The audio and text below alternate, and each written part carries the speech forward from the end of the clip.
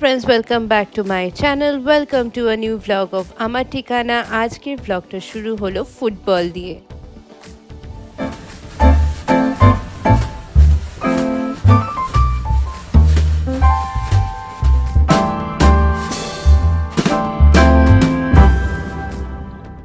সব খেলার সেরা বাঙালি তুমি ফুটবল। লাইফে এই জায়গাটা ঘোরার আমার ভীষণ ইচ্ছে ছিল। ছোটোবেলা থেকে আমি বড় হয়েছি ইস্ট বেঙ্গল আর মোহনবাগান ক্লাবের ফাইট নিয়ে, মানে তাদের গেমস হলে রীতিমতো আমাদের বাড়িতে একটা জলসা হতো। আমার জেঠু মোহনবাগান, আমার দাদা ইস্ট বেঙ্গল, বাবা Mohun Bagan, but then they were tug of wars which used to happen, and this historic place I should must visit. তো সেই কারণে আমি আর বাবা চলে গেছিলাম হচ্ছে মোহনবাগান ক্লাবে হঠাৎই একটা বিকেলবেলা। আর এইটা হচ্ছে সেই ঐতিহাসিক ম্যাচের একটা ফিগার যেখানে ব্রিটিশদের সাথে মোহনবাগান ক্লাব, মানে আমাদের ভারতবর্ষের রত্ন ফুটবলার্সরা খেলেছে। এটা পজ করে দেখে নিতে পারো, পুরো ডিটেলসটা এখানে লেখা, কবে জিতেছে, কী ব্যাপার, কীরমভাবে খেলেছিল। আর আজবভাবে ব্রিটিশরা সবসময় চেষ্টা করেছিল যাতে ইন্ডিয়ানসরা হেরে যায়। আর এইটা হচ্ছে পুরো মাঠটা।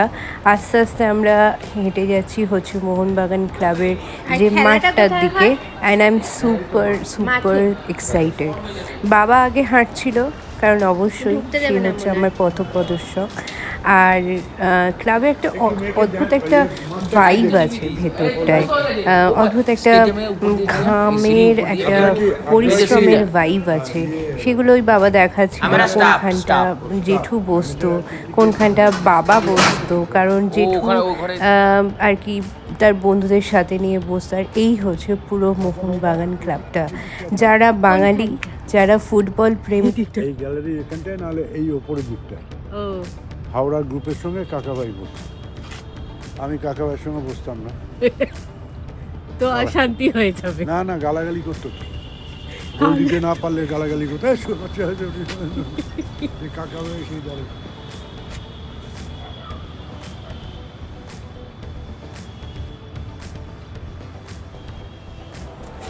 এই আমার বাবা আর আমার জেঠুর ভেতরে ফুটবলের একটা গেম চলতো। যেই আর কি মোহনবাগান ক্লাব জিততো না, তখনই বাবার সাথে আর কি একটা লড়াই হয়ে যেত জেঠু, সেটা নিয়েই কথা বলছিল। আর আমরা অন্য দিকের গ্যালারিটা, মানে আমরা একটা সাইড দিয়ে গ্যালারি দিয়ে উঠেছিলাম আর অন্য দিকের আরেকটা গ্যালারি দিয়ে উঠেছি। সন্ধেবেলা ছিল, কোনো লোকজন ছিল না। পরের দিন গেছিলাম হচ্ছে অ্যাথলিক মিট ছিল, মোস্ট প্রবাবলি পুরো বেঙ্গল অ্যাথলিক মিটটা মোহনবাগান ক্লাবে হয়েছিল। আর আমরা ইনভিটেশন পেয়েছিলাম, মানে বাবা ইনভিটেশন পেয়েছিল অ্যাজ আ মেম্বার, তো আমরা গেছিলাম। আর এই হচ্ছে পুরো মাঠ থেকে আর কি, পুরো মাঠটা, মানে গ্যালারি থেকে আগের দিন দেখিয়েছিলাম, এটা হচ্ছে মাঠে। আমরা মোহনবাগান ক্লাবের পুরো মাঠটাতে বসে আছি।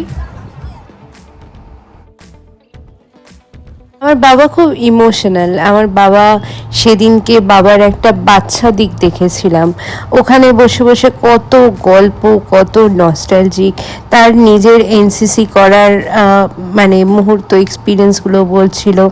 তার যে স্পোর্টসম্যানশিপটা ছিল, আমার বাবা বেসিক্যালি ফুটবল, ব্যাডমিন্টন সবই খেলতেন, তো সেইগুলোর গল্প বলছিল। আমার জেঠু এখন গত হয়েছে, বাট দেন তার সমস্ত গল্পগুলো বলছিল।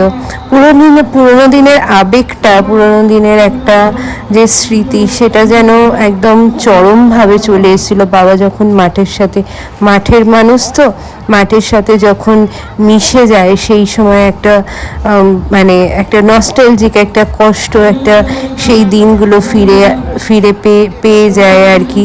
সেটা নিয়ে একটা আবেগ, সেটা নিয়ে একটা আনন্দ আমি বাবার মুখে চোখে দেখেছিলাম। আর আরেকটা জিনিস দেখেছিলাম যে এত মেয়ে, বাচ্চা থেকে বড় অবধি এত মেয়ে এই অ্যাথলিক মিটটাতে আর কি পার্টিসিপেট করেছে। আমার শুধু একটাই কথা ভারতবর্ষ তথা ওয়েস্ট বেঙ্গলের চিফ মিনিস্টারের কাছে, যে আরও মেয়েরা আরও ছেলেরা যাতে এরকম বড় বড় অ্যাথলেটিক মিটগুলোতে যাতে চান্সেস পায়, সেইটা যেন মাননীয়া দেখতে পারেন।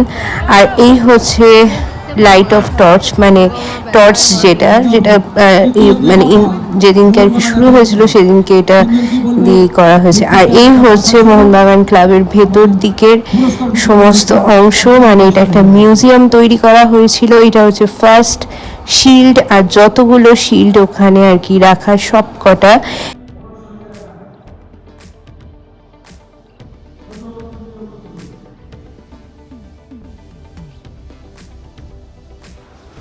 এটা হচ্ছে ক্যান্টিনটা। এখানে বসে চা আর একটু স্ন্যাক্স এনজয় করেছিলাম। তারপরে আবার চলে এলাম অ্যাথলেটিক মিটে গ্যালারি থেকে দেখতে যে কেমন লাগে পুরো অ্যাথলেটিক মিটটা।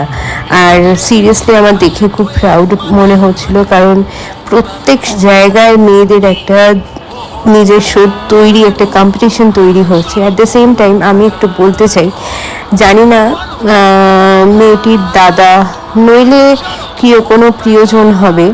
আমরা গ্যালারিতে বসেছিলাম আর ও হচ্ছে পার্টিসিপেন্ট, মানে মেয়েটি হচ্ছে পার্টিসিপেন্ট, আর ওর দাদা নইলে প্রিয়জন আর কি ওকে কনস্ট্যান্ট আর কি গাইড করছিল কি করে কি করবে। আজকের দিনটা এরকম